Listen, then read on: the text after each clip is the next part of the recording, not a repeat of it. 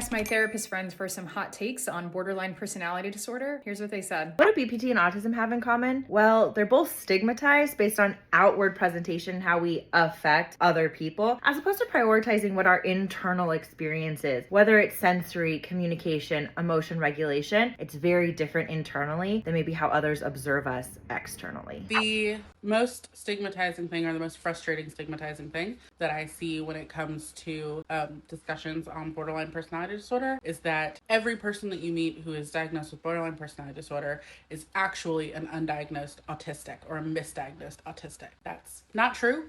Some of us are both, and actually it adds a lot to the stigmatization of borderlines to say that we're all just misdiagnosed autistics. Stop diagnosing in a vacuum and start assessing the system when you're working with teen clients. If you're a teen therapist and your intakes keep turning into crisis management, it's not your fault and it's not the teen's fault. You cannot gain diagnostic clarity from a teen client alone. You need to bring the caregivers in and bring them in early. You cannot treat a teen in isolation from the system that they live in. When you change the intake expectations, you change the entire treatment and the outcome. We need to stop separating BPD and CPTSD like they are different problems. What we often call borderline is the natural outcome of long-term relational trauma.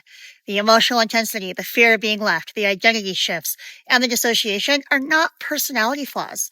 They are survival strategies shaped by inconsistent attachment and chronic misattunement. If we truly understood and treated complex trauma, the so-called BPD symptoms make sense. They settle, they soften.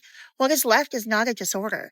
It is a nervous system finally getting the safety it never had. If you want to stop freezing when your BPD clients escalate because you don't know what to say, if you want to stop panicking every time you get a new referral for a client with a BPD diagnosis, and you want to stop replaying sessions at night and start trusting in yourself in the moment, knowing that you handled it right, comment Collective and I'll send you all of the details for the intensive training on January 26th.